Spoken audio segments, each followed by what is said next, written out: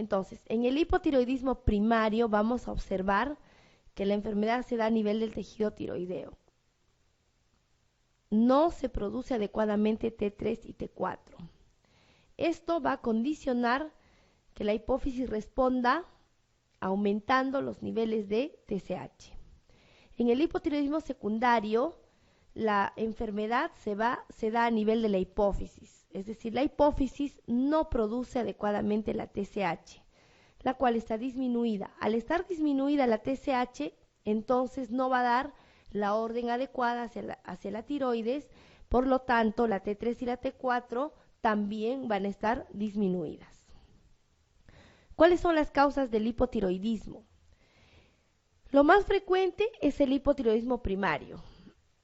Dentro del hipotiroidismo primario, la principal causa es la tiroiditis autoinmune, llamada también tiroiditis de Hashimoto. Es una entidad que se caracteriza por un aumento de autoanticuerpos, la antitioperoxidasa, la antitiroglobulina, que bloquean la formación de las hormonas tiroideas.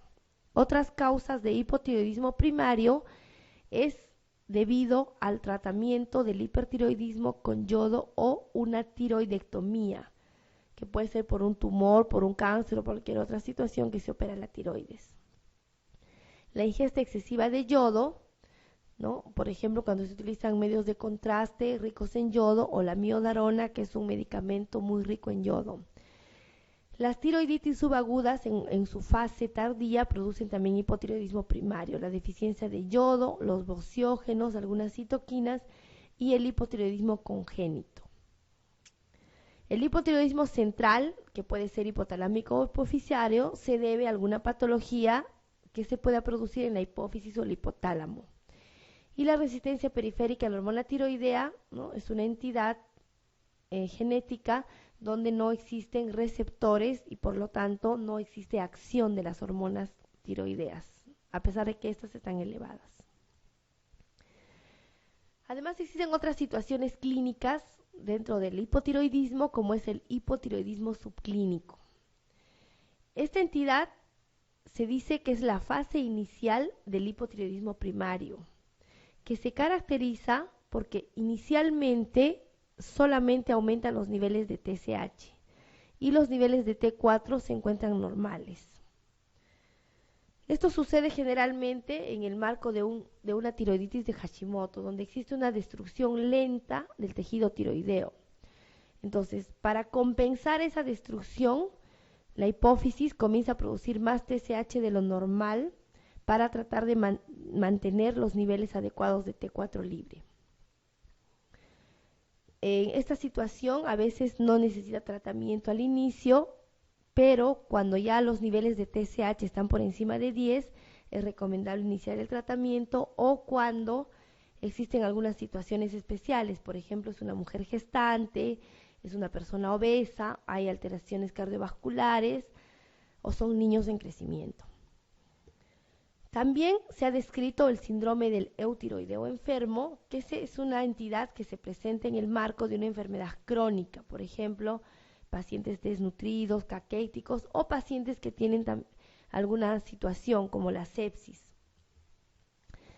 En esta situación, los niveles de TSH y de T4 libre están normales.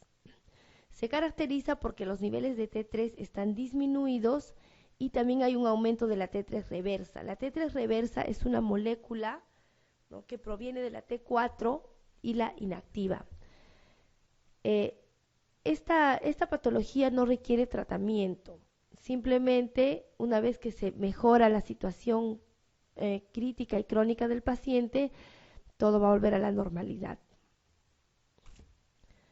Clínicamente, el hipotiroidismo no tiene un cuadro clínico patognomónico. Pueden haber alteraciones en diferentes lugares y en diferentes órganos. No todos los síntomas están presentes. Hay muchos pacientes que tienen toda la sintomatología, pero no tienen problemas tiroideos. O hay pacientes que no tienen ninguna sintomatología y tienen la enfermedad. Puede haber desde alopecia a nivel del sistema nervioso central, hay pérdida de la memoria, disminución del pensamiento, que es la bradisiquia, macroglosia, Puede haber edema palpebral, intolerancia al frío, cardiomegalia, derrame pericárdico, síndrome del túnel del carpo por compresión, porque en el hipotiroidismo se tiende a depositar niveles elevados de glucosaminoglicanos que favorecen edemas intersticiales. Entonces esto genera compresión de algunas estructuras. Puede haber estreñimiento, metrorragias, debilidad muscular, piel seca, áspera, disminución de los reflejos, especialmente la fase de relajación y tendencia al aumento de peso. Aquí podemos ver, ¿no?, la típica fase abotagada de una mujer, pero esta característica solamente se da en algunas personas y es independiente de los niveles de las hormonas tiroideas. El tratamiento del hipotiroidismo va a ser con terapia de reemplazo hormonal, es decir, se va a administrar levotiroxina, que es la T4. Siempre se recomienda iniciar con dosis bajas, especialmente en ancianos. Y se recomienda hacer el seguimiento después de 3 a 4 semanas de haber iniciado el tratamiento. En el caso del hipotiroidismo primario, en el cual existe un aumento de la TSH, entonces hay que hacer un dosaje de TSH. Si vemos que a pesar del tratamiento después de un mes todavía sigue alta, quiere decir que tengo que aumentar la dosis. Pero si vemos que ha disminuido por debajo de los valores normales, quiere decir que me he pasado de dosis, estoy suprimiendo mucho el eje y debo disminuir la dosis. Pero si vemos que la TSH está normal, significa que la dosis es la adecuada. En cambio, en el hipotiroidismo secundario, ahí vemos que la TSH siempre va a estar baja, entonces no es útil hacer un dosaje de TSH en esta entidad. Se evalúa en función a los niveles de T4 libre. Entonces, si yo le estoy administrando T4 al paciente y veo que sigue bajo, entonces tengo que aumentar la dosis. Pero si la T4 libre está elevada, tengo que disminuir la dosis. El coma mixedematoso es la complicación grave del hipotiroidismo y se debe a la falta de hormona tiroidea que da como resultado una encefalopatía. No necesariamente tiene que ser un hipotiroidismo grave, es decir, que los niveles de hormona tiroidea están muy bajos. Es independiente si el valor está muy bajo o está relativamente bajo. Generalmente se presenta en ancianos y en las épocas de invierno. No se sabe por qué en esta época comienza a subir más los casos de coma mixedematoso. Esta es una patología muy grave, el 50% tiene una alta mortalidad, incluso en una buena unidad de cuidados intensivos. Se caracteriza porque presenta mixedema, hipotensión, bradicardia, hipoventilación, hipotermia y ocasionalmente convulsiones. Puede llegar hasta el coma. El tratamiento básicamente es haciendo el mantenimiento de las funciones vitales y la administración de levotiroxina endovenosa. Si no tenemos levotiroxina endovenosa, se recomienda administrarla por sonda nasogástrica o por vía oral si el paciente está consciente. El hipertiroidismo es el aumento de la acción de las hormonas tiroideas en los órganos periféricos. Es difícil de estimar la incidencia debido a que es una patología crónica. Más o menos tiene una prevalencia de 5.6%. El hipertiroidismo primario se debe a una patología en la glándula tiroidea que comienza a producir más hormona de lo normal. Y el hipertiroidismo central puede ser secundario, si el problema se da en la hipófisis, es decir, hay mayor producción de TSH, y terciario, si la patología se da en el hipotálamo, es decir, hay mayor producción de TRH. En el hipertiroidismo primario, entonces, vemos que el tejido tiroideo comienza a funcionar en forma autónoma y comienza a producir mayor cantidad de T3 y de T4. Este aumento de los niveles de las hormonas T3 y T4 va a hacer que los niveles de TSH estén disminuidos, ¿no?, por compensación. En el hipertiroidismo secundario, la patología se da a nivel de la hipófisis. Puede haber algún tumor que produzca mayor cantidad de TSH y este aumento de la TSH condiciona a mayor aumento en la producción de T3 y de T4. Dentro de las causas del hipertiroidismo primario, la causa más frecuente es la enfermedad de Graves-Basedow. Esta patología es lo más frecuente en todas las personas, excepto en las personas ancianas. Y se caracteriza por bocio difuso de consistencia blanda, liso y con soplo. Luego hay oftalmopatía y dermopatía. Esta es la tríada típica de la enfermedad de Graves-Basedow. No se presenta en todos los casos, pero lo más frecuente en el 99% de los casos es que exista bocio difuso.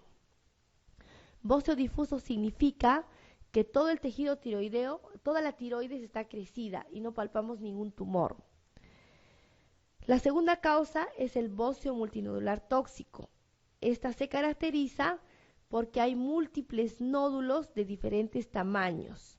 No hay oftalmopatía ni mixedema, es decir, no hay alteraciones en la piel ni en los ojos. Y en este caso hay mayor predominio de alteraciones cardiovasculares. El adenoma tóxico, que es otra causa de hipertiroidismo primario, se caracteriza porque existe un solo nódulo de tamaño mediano y tampoco existe oftalmopatía ni mixedema. Las otras causas son las tiroiditis, las agudas, subagudas, granulomatosa o linfocítica indolora. En cualquiera de los casos, ¿no?, puede existir hipertiroidismo al inicio de la enfermedad. Otras causas de hipertiroidismo son el estrumo ovárico. Este es un tumor que se da a nivel del tejido ovárico que comienza a producir en forma autónoma T3 y T4 y produce toda la clínica del hipertiroidismo. Las enfermedades trofoblásticas, ¿no?, por ejemplo el molidatiforme, el coriocarcinoma, se caracterizan porque tienen un nivel muy elevado de gonadotrofina coriónica. Esta hormona sabemos que es muy semejante a la TSH y esto hace que se estimule en mayor cantidad la producción de hormonas tiroideas y por lo tanto también presente clínica de hipertiroidismo. Y los tumores productores de TSH en la hipófisis van a producir hipertiroidismo secundario. Clínicamente, el hipertiroidismo, a diferencia del hipotiroidismo, es un cuadro más aparatoso. Cuando una persona sufre de hipertiroidismo es muy fácil darse cuenta, ¿no? En primer lugar, tenemos el nerviosismo y la agitación. De pronto el paciente quiere hacer todas las cosas a la vez y no hace nada. Si tenemos enfermedad de Graves, es típico la presencia del exoptalmos y el bocio. Un bocio difuso en la enfermedad de Graves, un bocio multinodular en el bocio multinodular tóxico o un adenoma único tóxico. Puede haber aumento de la hipertensión, de la presión arterial, sobre todo la sistólica, y también se evidencia temblores. El paciente tiene mucha intolerancia al calor, hay taquicardia, arritmias supraventriculares, la piel está caliente, húmeda, delgada. A nivel gastrointestinal hay diarrea o hiperdefecación, aumento en la frecuencia de la defecación. A nivel genital puede haber metrorragias, impotencia, infertilidad, debilidad, miopatía muscular, aumento de la resorción ósea, lo que condiciona osteoporosis. Los reflejos están aumentados, hay mixedema pretibial en el caso de la enfermedad de Graves y disminución de peso. Entonces, clínicamente el hipertiroidismo es muy fácil de diagnosticar.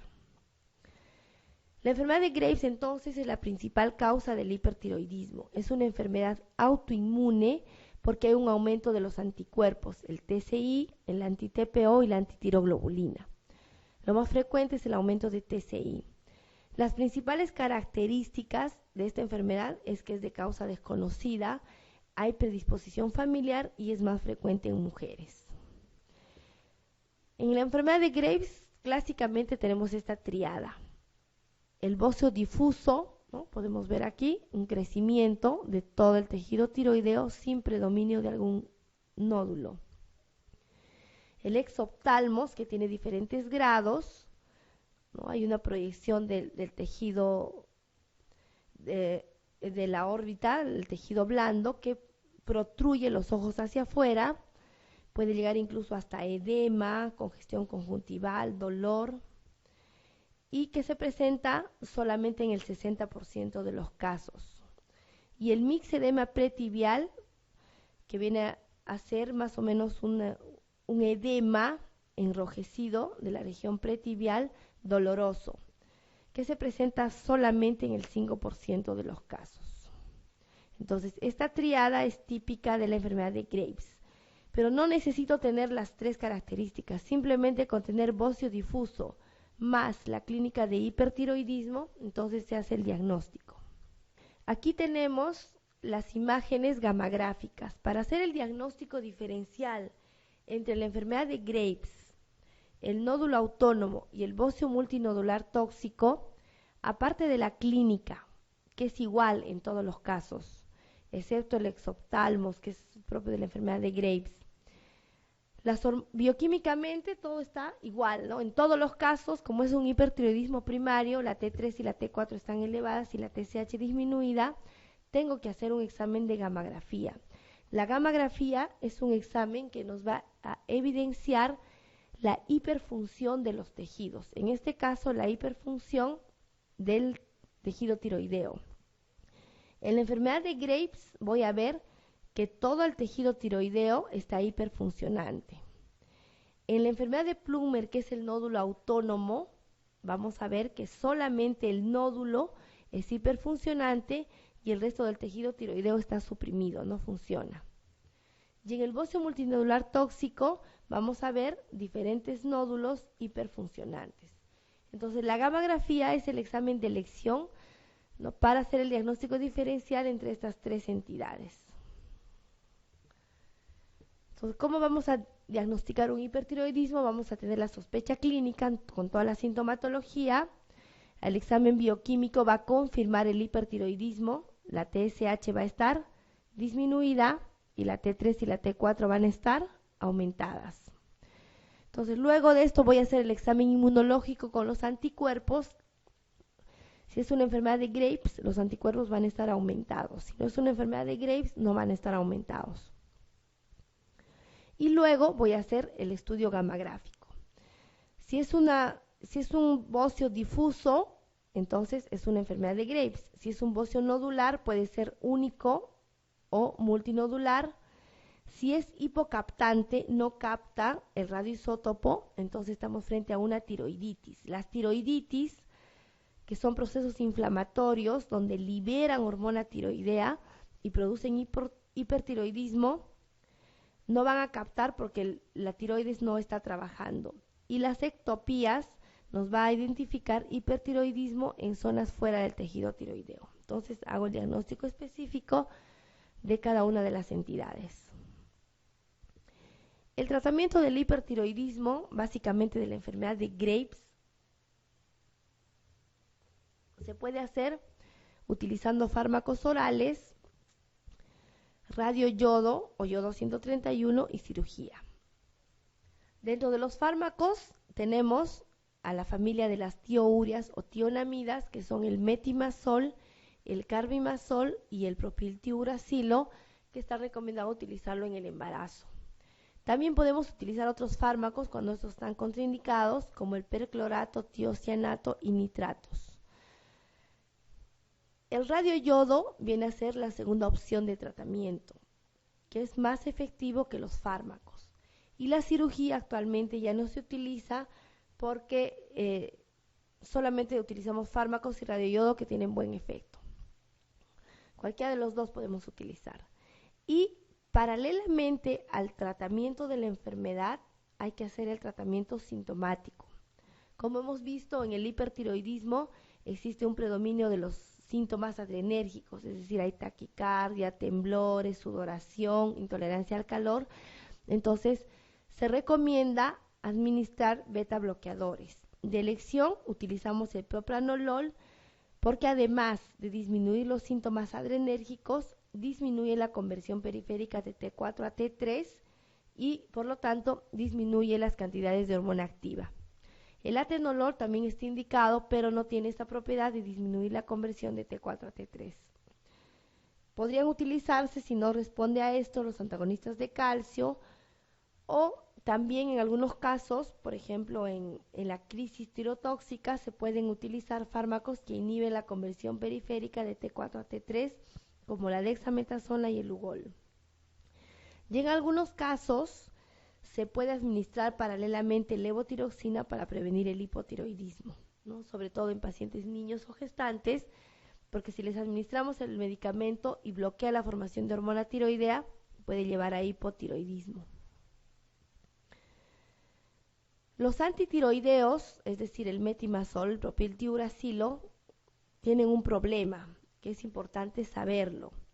Estos fármacos pueden producir agranulocitosis, que se define, ¿no?, por la concentración de neutrófilos menos de 500. Normalmente los neutrófilos suelen ser alrededor de 5.000 a 6.000, pero pueden disminuir tanto a estas células y producir un cuadro clínico bastante severo de inmunodeficiencia. Generalmente se presenta en el 0.5% de los pacientes que utilizan el fármaco. Inicialmente se caracteriza por la presencia de faringitis y fiebre. Entonces, todo paciente que vamos a recomendar estos fármacos hay que advertir de este efecto colateral, porque cuando se presenta es grave. Más o menos el 30% de pacientes tienen una alta mortalidad en el 30%, y hay que utilizar en este caso fármacos que estimulen el crecimiento de colonias, ¿no?, porque estamos frente a un paciente inmunodeprimido febril. Entonces el tratamiento hay que hacerlo aislado, hay que dar antibiótico profilaxis y evitar el contacto con otras personas. El yodo 131 tiene el problema de que lleva un hipotiroidismo permanente en más del 80% de pacientes, está contraindicado en el embarazo y lactancia, relativamente en niños, sobre todo menores de 5 años. Y relativamente en bocios muy grandes o compresivos, porque puede desencadenar una crisis tirotóxica. Justamente debido a este efecto colateral, actualmente se recomienda utilizar casi en todos los pacientes yodo 131. En caso que esté contraindicado, entonces utilizamos los antitiroideos. La crisis o tormenta tiroidea viene a ser la exacerbación de los síntomas del hipertiroidismo, y actualmente se considera una emergencia y el tratamiento se hace en una unidad de cuidados intensivos.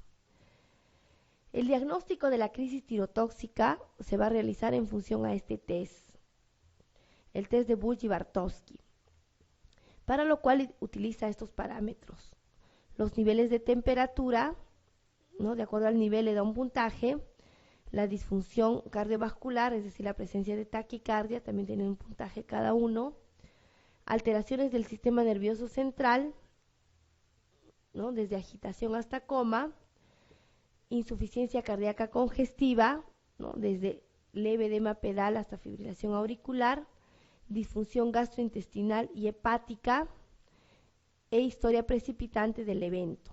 Entonces se hace la suma de todos los puntajes, y si tenemos entre 25 a 44 es una probable tormenta tiroidea. Y si está más de 45, entonces hacemos el diagnóstico de tormenta tiroidea. El tratamiento, ¿no?, va a ser en función al control de la hiperfunción. Podemos utilizar los fármacos orales o medicamentos yodados que tienen un efecto más rápido. Y terapia para bloquear la conversión de T4 a T3, el propranolol, los corticosteroides, propiltiuracilo o el ácido iopanoico. En caso que no responda o la crisis sea muy severa, entonces se puede utilizar otros tratamientos para mejorar el aclaramiento de la hormona tiroidea. Podemos utilizar aclaramiento a nivel gastrointestinal como la colestiramina o el aclaramiento sanguíneo. Se puede llegar incluso hasta la hemodiálisis. Además de esto, hay que hacer medidas de soporte. Como es un paciente que tiene fiebre, se recomienda utilizar paracetamol, hay que corregir la deshidratación, hay que mejorar la nutrición y administrar oxígeno, porque estamos frente a un paciente con insuficiencia cardíaca congestiva de gasto alto. y el tratamiento no es igual que una insuficiencia cardíaca congestiva de gasto bajo. Las tiroiditis son un grupo de entidades que se caracterizan porque hay un proceso inflamatorio en el tejido tiroideo. Las tiroiditis pueden ser aguda o bacteriana, subaguda, que es viral o de Kerr-Weill, silente, tiroiditis posparto, tiroiditis crónica o de Hashimoto y tiroiditis de Riedel.